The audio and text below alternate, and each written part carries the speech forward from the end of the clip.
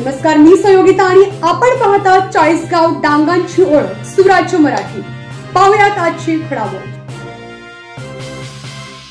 राजूरमधील बेशिस्त स्थानिकांचा त्रास।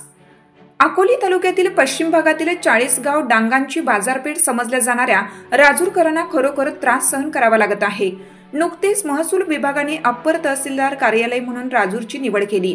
याचा एकीकडे राजूरकरांना आनंद झाला, परंतु दुसरीकडे मात्र बेशिस्तीमुळे राजूरकर हैराण झाले आहेत। याला जबाबदार कोण असा प्रश्न उपस्थित होतोय। एकीकडे विकास म्हणायचे आणि दुसरीकडे मात्र त्रास सहन करायचा अशी अवस्था झाली आहे।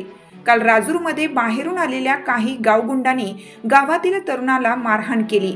याचा अर्थ प्रशासन मात्र पूर्णपणे निकामी ठरलं आहे। याचा त्रास अनेक दिवसांपासून होतो आहे, परंतु प्रशासन व्यवस्था मात्र याकडे दुर्लक्ष करतेय। कायदा सुव्यवस्थेचा फज्जा उडालाय। बेकायदेशीर दारू आणि बेशिस्त वाहतूक या दोन्ही गोष्टी राजूरकरांना डोकेदुखी ठरत आहेत। बाहेरून येणाऱ्या वाहनांवर दंडात्मक कारवाई केली तरच गावातील सुव्यवस्था अबाधित राखली जाईल, परंतु याकडे सोयीस्कर दुर्लक्ष केलं जात आहे। गावातील चौकामध्ये उभे केलेले वाहने व मद्यपी यामुळे राजूरच्या संस्कृतीला प्रत्येक वेळी गालबोट लागतं। यासाठी अनेक वेळा सुराज्य मराठीने वृत्त प्रसारित केलं, मात्र प्रशासन उदासीन आहे।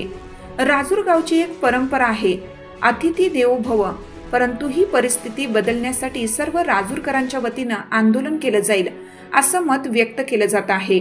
बेशिस्तपणा, अवैध धंदे याला जबाबदार असणाऱ्यांमुळे इतरांना मात्र त्रासदायक ठरत आहे।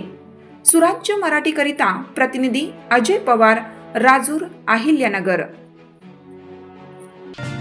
आपल्या सुराज्य मराठीच्या YouTube चॅनलला सबस्क्राइब करायला विसरू नका।